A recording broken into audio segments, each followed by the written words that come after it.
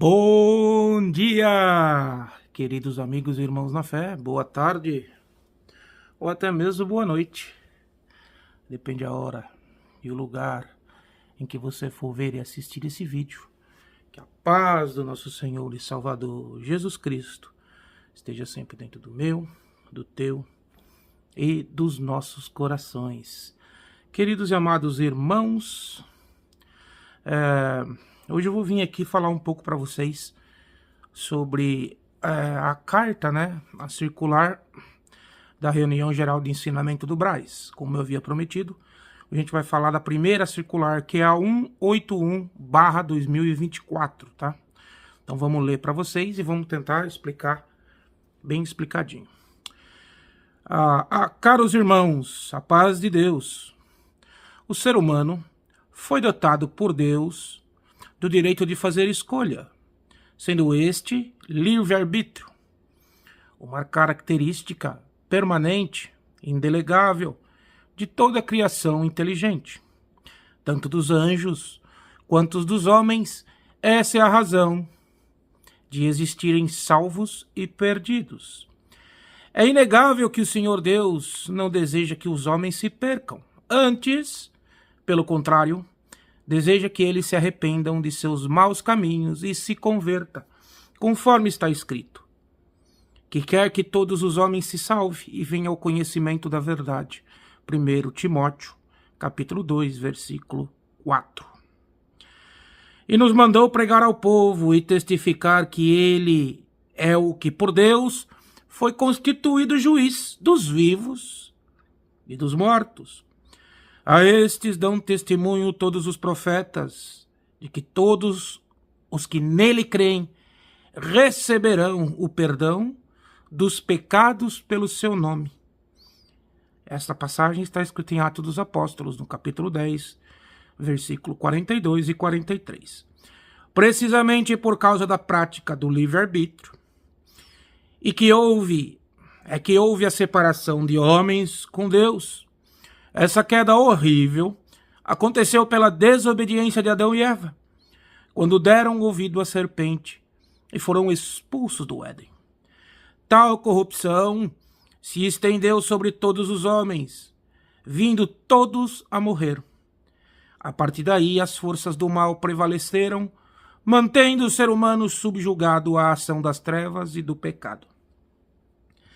Esse domínio da iniquidade sobre todos persistiu até a vinda de Jesus Cristo, quando então foi realizada a expiação dos pecados e a reconciliação com Deus, capacitando assim os cristãos com poder e autoridade sobre todas as forças contrárias ao bem, e dando a eles direito aos dons e às virtudes do Espírito Santo. Deus deseja que todos se arrependam, mas não os obrigam a isso, deixando-os livres para decidirem, conforme está escrito na segunda epístola de Paulo aos Coríntios, capítulo 3, versículo 17. Por isso está escrito: se confessarmos os nossos pecados, Ele é fiel e justo para nos perdoar os pecados e nos purificar de toda a injustiça. Portanto, eu vos digo, isso aí, irmãos, que eu li, está escrito na primeira carta de João, capítulo 1, no versículo 9. Portanto, eu vos digo, todo o pecado e blasfêmia se perdoará aos homens, mas a blasfêmia contra o Espírito Santo não será perdoada aos homens, conforme está escrito no Evangelho segundo Mateus, capítulo 12, versículo 31. Portanto, todo aquele que peca e se arrepende e muda seus caminhos, não permanecendo na iniquidade, pode alcançar o perdão divino. A primeira epístola, outra vez, de João, capítulo 1, versículo 9. Neste contexto, segue uma explicação resumida, relativa à eleição celestial, a qual devemos compreender em primeira instância como sendo coletiva, ou seja, referindo-se à igreja cristã, fiel e universal. Também, figurativamente, conhecida como corpo de Cristo, a qual é eleita incondicionalmente. Então aqui, irmãos, É a primeira página da carta da circular 181. Aqui os irmãos eles vêm afirmando com textos bíblicos e como é um documento oficial, irmãos, é uma confissão de fé da congregação, que isso é o que os irmãos da congregação crê, isso é o que a congregação crê. Que nós, irmãos, temos livre-arbítrio desde o princípio. E cita muitos textos bíblicos, irmãos. Nós sabemos que temos livre-arbítrio porque o homem teve o direito de escolha entre Deus e a ciência, entre o ensinamento diário de Deus e o conhecimento da fruta da ciência do bem e do mal, tendo o homem escolhido a ciência.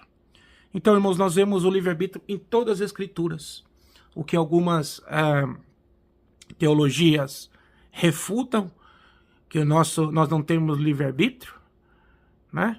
A Bíblia nos mostra que temos total direito à escolha.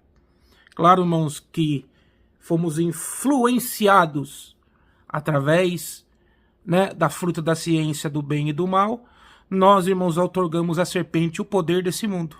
Entregamos para ela. Ela mesma, irmãos, em forma de diabo, que é o opositor, advogado de acusação, acusou Jesus Cristo ali, né, irmãos, no monte em que mostrou os reinos. Falou, tudo isso te darei se somente me adorares. Então, porque a mim me foi dado e eu dou a quem quiser. Foi dado por quê, irmãos? Por Adão. Adão passou o poder ao homem.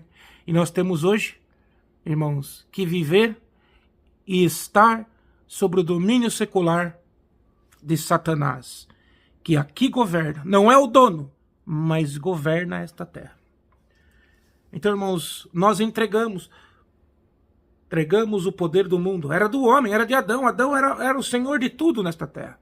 Antes de ele se submeter à palavra da serpente. A ele foi dado todo o poder, irmãos. O Senhor só vinha no entardecer conversar com ele. Ele deu os nomes às criaturas.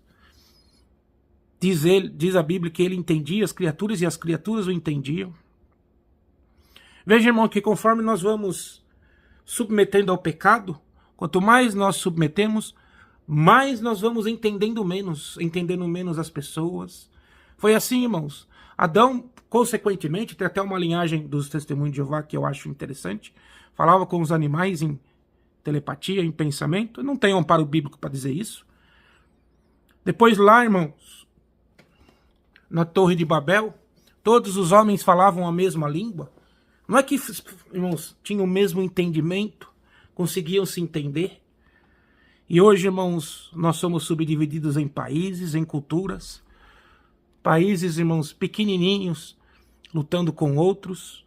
Então, cada vez que a serpente vai, irmãos, dominando mais a mente do homem, nós vamos menos entendendo. Porque ele vem para trazer divisão. O ladrão vem para roubar, matar e destruir. O ladrão é quem, irmãos? É o Satanás, o opositor. Então ele vem para roubar, matar e destruir. Dividir, né? Para se destruir algo, primeiro você se divide. Como você vai quebrar, irmãos, uma corrente com elos fortes? Você tem que encontrar um elo, irmãos, que está meio ali confuso. Então você quebra. Então tudo, irmãos, todas as escrituras é baseado no livre-arbítrio. Como Adão teve o direito de escolher, irmãos, o Senhor não impediu. E isso não afeta a soberania de Deus. Muito pelo contrário, irmãos. De Deus ter feito criaturas que têm um livre-arbítrio de escolha, não influi na soberania de Deus. Muito pelo contrário. Coloca a soberania de Deus fortifica mais a soberania de Deus. Porque, irmãos, Deus é atemporal, ele já viu o final, nós não. Então a nossa predestinação é a predestinação em nascimento, quando nascemos, quando o fôlego de vida está em nós. Essa é a nossa predestinação. Todos nós somos predestinados por Deus, porque Deus já viu o futuro. Deus já viu o futuro, Deus já sabe o que nós vamos ser, Deus já sabe o final, Deus sabe, irmãos, quem vai chegar até o final. Só que nós não sabemos. E ele não influencia nesse meio termo, nesse período. Deus não influencia, irmãos. Muito pelo contrário, ele ainda ajuda, irmãos, aquilo que nós não somos capazes. Deus ajuda. E ele oferece essa ajuda a todo homem, ele oferece a salvação. O fato de Deus saber no final quem vai se salvar, não é que ele escolheu aqueles para se salvar. Foram as nossas escolhas. A única diferença é que Deus já conhece o final. Ele é o alfa, o princípio, e o ômega. A primeira letra do alfabeto grego e a última. O princípio e o fim. Deus não está preso, irmãos, como nós, no tempo. Eu estou falando com vocês agora nesse vídeo. Em 1 minuto para frente, eu não sei o que vai acontecer. 1 minuto para trás já foi passado. Veja, irmão, como a fração de tempo é agora. O agora praticamente não existe. Porque as palavras que eu falei a fração de segundo atrás já foi. E as palavras que eu vou falar a fração de segundo para frente estão saindo da minha boca agora. Então, qual é o tempo agora? Então, irmãos, o Senhor é aquele que nos deu total direito de escolha. Todas as Escrituras nos ensinam que todos aqueles que aceitarem o Senhor Jesus como seu Senhor e Salvador, esses serão salvos. Jesus mesmo disse, né? Quem não confessar o meu nome, confissão pública de fé é o batismo. Quem não me confessar perante os homens, eu não os confessarei perante o Pai. Então sim, nós temos, irmãos, que confessar que Jesus Cristo é o Senhor e Salvador.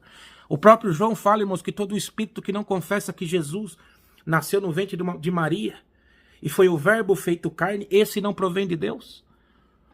Então, irmãos, nós temos que confessar Jesus Cristo. Temos que o aceitar como Senhor e Salvador. Ele falou, eu estou à porta a bater. E aquele que abrir a porta, ceará comigo. E eu farei morada dentro dele. Então você tem que abrir a porta. O Espírito Santo, ele é um espírito educado. Né? É um espírito que ele vai bater na tua porta, mas você tem que abrir a porta. Todos os homens têm a oportunidade de, pelo menos uma vez na vida, terem o Espírito Santo batendo a sua porta. Nem todos abrirão. Então isso é o livre-arbítrio. É o que eu acredito também, é o que a congregação acredita, é o que os irmãos acreditam. Então eles estão colocando aqui, irmãos, como que é a eleição de Deus. A eleição de Deus é através da fé, irmãos. Sempre foi, desde o princípio.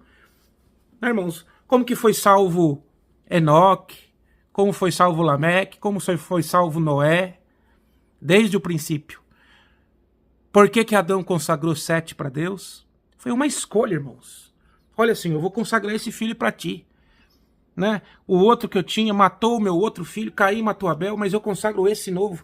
Esse é consagrado a ti, Senhor, Sete. E é a linhagem toda bíblica. É a linhagem descendência, depois veio Noé, Lameque, até Jesus, todos descendência de Sete. Porque foram consagrados a Deus. E todo aquele que foi sincero com Deus, sincero e reto. Porque a justiça, irmãos, não é essa justiça que nós vemos. Justiça é retidão, é sinceridade. Então todos aqueles que foram sinceros, como diz Paulo em 2 Romanos, foram justificados pela fé. E é essa justificação que é a eleição de Deus. Somos justificados pela fé. Antes, na fé, no Deus que se apresentou a Moisés como eu sou. Simplesmente você não precisa nem saber quem eu sou. Tenha fé em mim. E eu serei o que você precisar na sua vida. Mas depois, irmãos, se revelou para nós face a face, dizendo, eu sou a luz do mundo e o sal da terra. Eu sou o caminho, a verdade e a vida. Ninguém vai ao Pai se não for através de mim, o nosso intercessor. Então, irmãos, nós precisamos de aceitar Jesus. Precisamos aceitar que estamos errados, fazer essa confissão de fé antes do batismo. O batismo, irmãos, é o arrependimento da vida que nós levamos antes. Senhor, agora eu entrego a minha vida para ti. Eu quero que tu me guie, tu me aperfeiçoe. E o Espírito Santo trabalhará em nós. Então é isso. Isso cai por terra, irmãos. A congregação não aceita a linhagem calvinista da predestinação desde o princípio. Estamos predestinados assim, e é assim que vai ser. Não importa se eu sou bom, se eu sou ruim, se eu sou uma pessoa honesta. Não, não é isso. Não é isso que a Bíblia diz. Nós temos até um hino na congregação que canta que só triunfará o de sincero coração. Então a primeira parte da carta ela fala isso. Nós temos que confessar os nossos pecados. Se Adão tivesse confessado o pecado dele a Deus, a desobediência, não tinha pecado. O pecado não foi a desobediência em si. Foi quando ele teve a chance de retratação, ele fez o quê? Jogou a responsabilidade na mulher que jogou na serpente. Então é isso. Todos nós, irmãos, temos o direito de escolha. E é isso que fortalece mais a soberania de Deus. Que não importa o que nós escolhemos, nós não podemos abalar, né, a soberania de Deus. Porque Deus conhece a decisão final. E Deus cita isso várias vezes na Bíblia, irmãos. Até quando o meu espírito, lá mesmo na Torre de Babel, até quando o meu espírito batalhará contra o espírito do homem, vou confundir a língua deles. Quer dizer, irmãos, o livre-arbítrio do homem, muitas das vezes queria interferir na vontade de Deus. Mas Deus sempre, quando isso aconteceu, Ele, irmãos, colocou para nós um ato de soberania, mudou ali a história daquele momento, como foi em Babel. Então aqui na página 2, irmãos, as Santas Escrituras nos ensinam que a condenação eterna resulta exclusivamente das más escolhas humanas, com as suas inclinações orientadas para o pecado, sem arrependimento genuíno, não experimentando eles em si mesmo o efeito maravilhoso da restauração proporcionada pelo perdão, oferecido no sacrifício de Jesus Cristo em nosso lugar. Dessa forma, a perdição humana não é determinação seletiva, uma sentença discriminatória lançada sobre um grupo específico de pessoas. Antes, pelo contrário, é resultado das escolhas de vida feita por cada indivíduo, não se configurando jamais numa resolução inabalável, sinistra e irrevogável do Altíssimo sobre um conjunto predeterminado de seres humanos, marcados para serem condenados. Contudo, importa ressaltar que para ser salvo não basta uma simples confissão de fé. Não adianta o crente dizer que crê em Jesus e afirmar que Cristo é o seu Senhor, levando uma vida desassociada da santidade. A fé inclui afastamento do pecado, santificação pela obediência à palavra de Deus. Ela se expressa num dado momento na vida do cristão, quando da aceitação de Cristo Jesus como o único e todo suficiente Salvador. E deve seguir a vida inteira crescendo e se firmando no coração do convertido, como está escrito no livro de Jó, capítulo 1, versículo 12, como se lê: nem todo que me diz Senhor, Senhor, entrará no reino dos céus, mas aquele que faz a vontade de meu Pai que está nos céus. Muitos dirão naquele dia: Senhor, Senhor, nós profetizamos em teu nome, e em teu nome não expulsamos demônio, em teu nome não fizemos muitas maravilhas. Então lhe direis abertamente: nunca vos conheci, apartai-vos de mim, vós que praticai a iniquidade, conforme relato no Evangelho segundo Mateus, capítulo 7, do versículo 21 ao 23. Pode-se até perder o pouco que se obteve de Deus ao se levar uma vida libertina, porque ao que tem se lhe é tirado, e ao que não tem, até o que tem lhe será tirado. Evangelho de Marcos, capítulo 4, versículo 25. Temos pleno conhecimento de que, porque pela graça sois salvos por meio da fé, e isso não vem de vós, é dom de Deus, não vem de obras, para que ninguém se glorie, conforme está escrito na Epístola de Paulo aos Efésios, no capítulo 2, no versículo 8 a 9.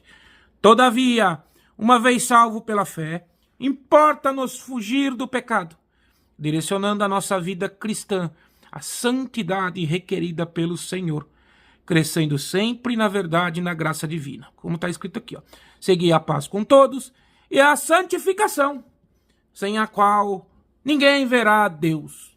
Hebreus, a Epístola de Paulo aos Hebreus, no capítulo 12, versículo 14. Somos constantemente vítimas de diversos ataques espirituais, pelo quais somos tentados e provados, mas à medida que resistimos às tentações e perseveramos na fé, em meio às provações, relevamos a nossa fidelidade pessoal ao Senhor. Que os irmãos afirmem, irmãos, que a salvação é por Cristo. A confissão de fé é o primeiro passo, mas que nós temos que, a partir desse momento, nos esforçar, irmãos. Nos esforçar para enquadrar naquilo que Jesus Cristo instituiu, conforme o Senhor Jesus disse para a mulher ali: pegue adultério. Vai e não peques mais, né? Então a gente vê isso em todas as Escrituras, irmãos. Que sim, nós devemos que dar o primeiro passo. Nós devemos ter que nos esforçar. Josué, esforça e tem bom ânimo. Que você não conseguir, Josué, eu te ajudarei. Essa é a palavra de Deus conosco. Ensina o caminho que o menino deve andar, Davi falou, e ele nunca se esquecerá, e depois de velho também nunca vai se desviar. Então nós temos, irmãos, temos que fazer a nossa parte. E aquilo que nós não conseguimos, irmãos, nós diariamente vamos pecar todo momento, irmãos, porque Porque essa é a natureza do mundo que nós estamos. Essas são as regras do mundo. O mundo nos instiga a isso. A nossa natureza humana nos instiga a isso. Nós estamos lutando contra a nossa própria natureza. Portanto, irmãos, vamos, maioria das vezes, falhar. Como um leão, irmãos. 70%, 80%, irmãos, das tentativas de caça do leão, irmãos, elas são frustradas. Ele se frustra. Ele só consegue, irmãos, 20% das tentativas, de 20 a 30. E é mais ou menos nós, irmãos, quando tentamos alcançar o nosso alvo, como o apóstolo Paulo fala. Eu quero fazer o bem, mas eu acabo procedendo no mal. E é assim na nossa vida. Muitas vezes nós que temos boa intenção, mas, irmãos, por algum momento, por alguma distração, ou pela nossa própria natureza pecadora, nós cometemos o erro. Mas aí vamos aos pés de Cristo, pedir para Ele a justificação e pedir para Ele nos melhorar na sua presença. Essa é a nossa luta diária. E Cristo vai nos mudando. A mudança não vem de nós mesmos como forçada. Se nós, irmãos, tentarmos ser melhor como forçado, nós não conseguimos. Mas se nós começarmos a nos esforçar com a ajuda de Cristo, Ele, irmãos, vai mudando nós de dentro para fora. Através do Espírito Consolador. Através da terceira parte da Trindade. Né? Ele vai nos mudando, vai nos modelando e vai nos guiando. E vai nos dando entendimento e sabedoria diária. Para que nós diariamente vamos alcançando ou subindo ou melhorando na estatura da conversão, que a gente fala na congregação, a estatura de um varão perfeito. Então sim, irmãos, temos que dar o primeiro passo a Cristo, temos que nos esforçar, irmãos, para guardar aquilo que Cristo instituiu, amar a Deus sobre todas as coisas, amar ao próximo como a ti mesmo, procurar ser um bom homem na sociedade, um bom esposo, exemplo para os filhos, né, irmãos?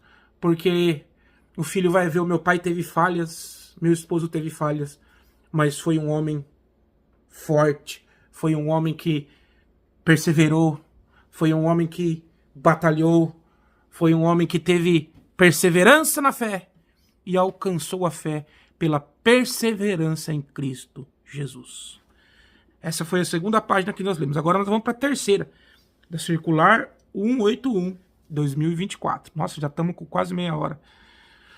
As forças espirituais malignas que nos atacam e trabalham em prol da nossa renúncia à fé cristã acabam nos concedendo a oportunidade de demonstrar que a nossa fé e o nosso amor a Deus são verdadeiros e irrevogáveis.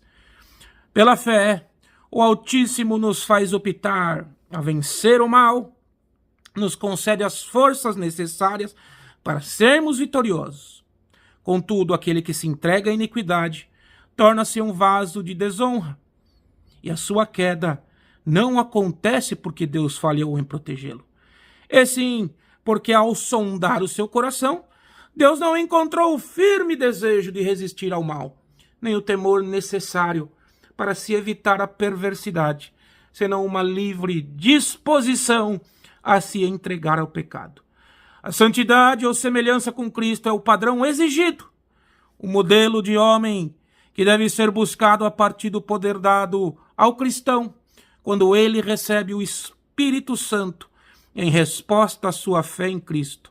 Desse modo, a santidade não é a busca de salvação pelas obras. Pelo contrário, é a fé gerando obras. Pelo contrário, é a fé gerando obras no verdadeiro cristão. Sem ela, ninguém verá a Deus. Caso a fé não impulsione o crente à santidade, não havendo nele nenhuma mudança significativa interior, essa tal fé está morta em si mesmo, não se configurando numa fé apta ao salvar, senão em aparência de engano. Vejamos, porque assim como o corpo sem o espírito está morto, assim também a fé sem obras é morta. Irmãos, por esta razão, todos devemos se manter na santidade, na pureza e na firmeza da fé, evitando se deixar levar pelos discursos tranquilizadores que garantem salvação incondicional a todo aquele que um dia creu em Jesus. O apóstolo Pedro ensinou alertando sobre o risco de se cair resultando isso num fracasso na marcha para a vida eterna, como está escrito em 2 Pedro 3,17. O apóstolo Paulo também admoestou os irmãos em Corinto a terem cuidado de não receberem em vão a graça de Deus. Paulo disse assim: vos exortamos a que não recebeis a graça de Deus em vão, 2 Coríntios capítulo 6, versículo 1. Aqui o apóstolo aponta o risco de se perder a graça, portanto, perder a salvação. Visto que somente salvos pela graça mediante a fé, ora, se a graça for recebida infrutíferamente, improdutivamente, inutilmente, ela não se implicará na salvação de quem a acolheu deste modo. Igualmente, alerta sobre o risco de se perder a habitação do Espírito Santo em si mesmo, dizendo: não extingais o Espírito. Primeira carta de Paulo aos Tessalonicenses, capítulo 5, versículo 19. Na verdade, os textos bíblicos estão repletos de recomendações sobre o risco de um cristão perder a salvação, forçando-o a compreender isso e sair da zona de conforto e da dormência espiritual onde o pecado está à espreita, exortando-o a uma casta santa, desejando que e vós revestir de do novo homem, que segundo Deus é criado em verdadeira justiça e santidade, conforme Paulo escreveu a carta à igreja dos Efésios, ali em Éfeso, capítulo 4, versículo 24. É a ordem de ser santo. Aqui, irmãos, na página 4, os irmãos reforçam toda ali a Bíblia, que nos reforça para ser santo, para buscar a santidade, buscar a comunhão com Cristo, para que sem ela nenhum homem poderá ver a Deus, irmãos. Então, irmãos, Cristo pagou as nossas dívidas na cruz, zerou a dívida, irmãos. Mas agora nós continuamos, irmãos, o quê? Fazendo dívidas. E como que essas dívidas são pagas?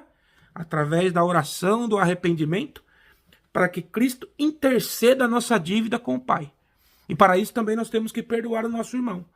Vinde a parábola, né, daquele homem que perdoou, do rei que perdoou uma dívida enorme, e aquele que foi perdoado não queria perdoar aquele que o devia. Nós temos diversas passagens bíblicas, irmãos. Como eu venho falando já praticamente 1 ano que o calvinismo é uma doutrina falsa. Ele não se enquadra nas Escrituras. Então isso aqui é uma carta, irmãos, extremamente contra essa doutrina calvinista que vem seduzindo os nossos jovens, né? Dizendo que tem um ensinamento bíblico, que tem uma verdadeira mentira, irmãos. Todos as calvinistas que saíram da congregação se tornaram pessoas rudes, pessoas secas, pessoas sem amor ao próximo, pessoas que atacam. Então aqui os irmãos estão fazendo, irmãos, dizendo que a congregação de maneira nenhuma aceita, né, irmãos, outra, irmãos, interpretação dentro da sua confissão de fé que não seja essa aqui da carta. Então vou ler a última página rapidinho, já estamos meia hora, era para fazer em 10 minutos. Porquanto escrito está: sede santo porque eu sou santo. Primeira epístola de Pedro, capítulo 1, versículo 16. Sendo ordem, temos o dever de nos esforçar nesta direção, tendo o verdadeiro horror ao pecado, que tão de perto nos rodeia.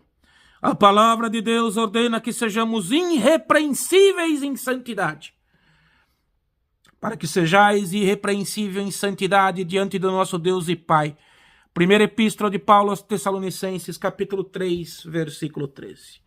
Não basta apenas dizer eu creio em Deus, esta é uma condição necessária, mas não suficiente. Pois crer em sua existência, até mesmo os demônios creem, como diz o apóstolo Tiago, no capítulo 2, versículo 19. E a proposta do cristianismo não é uma mera teoria baseada em conhecimento de fatos históricos e bíblicos, mas sim uma prática viva e transformadora. É preciso que, além de conhecer as Escrituras, vivamos a palavra de tal forma que ela transforme e purifique todo o nosso ser. Mas como é santo aquele que vos chamou, sede vós também santo em toda a vossa maneira de viver. Primeira epístola de Pedro, capítulo 1, versículo 15. Advertimos que o crente em Jesus deve andar em santidade e justiça da palavra de Deus e não folgar com o mundo caído, Tomemos, por exemplo, a carta aos Hebreus, no capítulo 2, versículo 1, a mesma carta no capítulo 6, no versículo 4 a 8, nesta mesma carta aos Hebreus, no capítulo 10, versículo 26 e 10, no versículo 32. Pois o texto dessa epístola é cristalino e objetivo. Nele está uma advertência aos cristãos no tocante à gravidade da condenação que resultará, por exemplo, de uma caída espiritual por quem foi iluminado, provou o dom celestial, participou do Espírito Santo, provou a boa palavra de Deus e as virtudes dos séculos vindouros.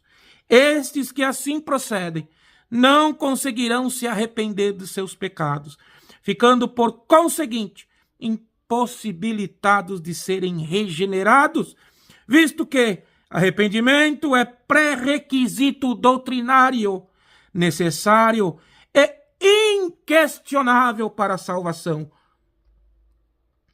Então, irmãos, aqui está em várias, irmãos, partes bíblicas, em várias passagens bíblicas, Mateus, Lucas, Atos, 2 Coríntios, Hebreus, Apocalipse, várias passagens. Concluímos, irmãos, exortando a irmandade a se purificar de tudo o que contamina, de tudo o que mancha as vestes espirituais, relembrando aos caros irmãos o clamor bíblico.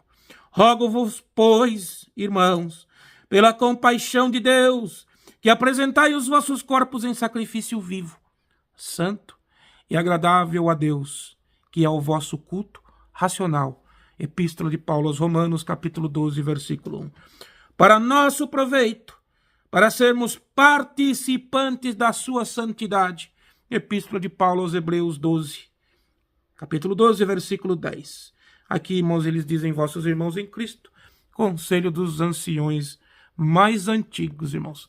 Esta foi, irmãos, a epístola, ou a carta, ou a circular do Braz para a Irmandade. Possivelmente vai ser lido nas igrejas. Circular número 181 do ano de 2024. Então, irmãos, aqui a congregação fortemente refuta essa doutrina da predestinação dos calvinistas, reforçando com vários, irmãos, baseamento bíblico, coisa que nós também já vínhamos fazendo nesse canal já há muito tempo. Então, irmãos, nós vemos que o nosso entendimento bíblico vem se alinhando com o que a congregação agora obtém como confissão de fé. Então, a confissão de fé da congregação não é reformada, e, portanto, os irmãos se abstenham. Quem quer seguir a congregação tem que se enquadrar, irmãos, naquilo que a denominação ela tem como conduta de fé. Se você quer seguir uma outra denominação, não acredita nessa conduta de fé, nessas cartas, você é livre para procurar uma denominação que encaixa melhor ao seu entendimento bíblico. O que você não pode é atacar, o que você não pode, irmãos, é querer, irmãos, dizer que você é o Senhor da verdade, que só a sua igreja tem isso. Eu sei que a congregação fez isso, mas ela está tentando mudar, está num processo de evolução. Enquanto muitos de vocês que dizem que encontraram o evangelho estão no processo de involução. Estão, irmãos, rebatizando, enquanto vocês criticavam isso quando estavam na congregação. Estão virando piores seres humanos, estão usando a Bíblia para atacar pessoas, para querer impor o seu tipo de pensamento. Então isso não é aceito. Eu parabenizo mais uma vez aos irmãos, aos irmãos que redigiram essa carta. Parabenizo porque realmente estava fazendo falta. A congregação agora tem que dar um ensino bíblico, uma base bíblica, baseado nisso aqui, irmãos, nessas cartas, para que os seus cooperadores e anciões venham ter, irmãos, um padrão, não um padrão de como pregar a palavra, mas um padrão do que é as Escrituras e do que ela representa, do que é a fé, do que a fé representa. Então isso tem que ser padronizado. Agora a revelação do Espírito Santo não podemos padronizar porque isso também é bíblico. Mas o ensinamento daquilo que nós lemos, nós temos que dar um mínimo para a Irmandade, para que eles conheçam também as Escrituras, porque Jesus mesmo disse, né? Esquadrinhai as Escrituras, pois ela testifica de mim. Em outra parte ele disse, errai-vos não conhecendo as Escrituras. Em outra parte também ele condenou, quando nós não nos esforçamos ao conhecimento da Escritura. Então que venha a ser um novo tempo para a congregação. Essa é só a primeira carta, tem várias outras, mas essa talvez é uma das maiores. Então eu vou fazer esta primeira, e depois, conforme Deus for dando, vou fazendo entre vídeos e live também a explicação das outras circulares. Então a todos vocês que vão ver e assistir esse vídeo, espero que seja de boa utilidade, que a paz do nosso Senhor e Salvador Jesus Cristo esteja sempre dentro do meu, do teu e dos nossos corações. Grande abraço, pessoal. Tchau, tchau.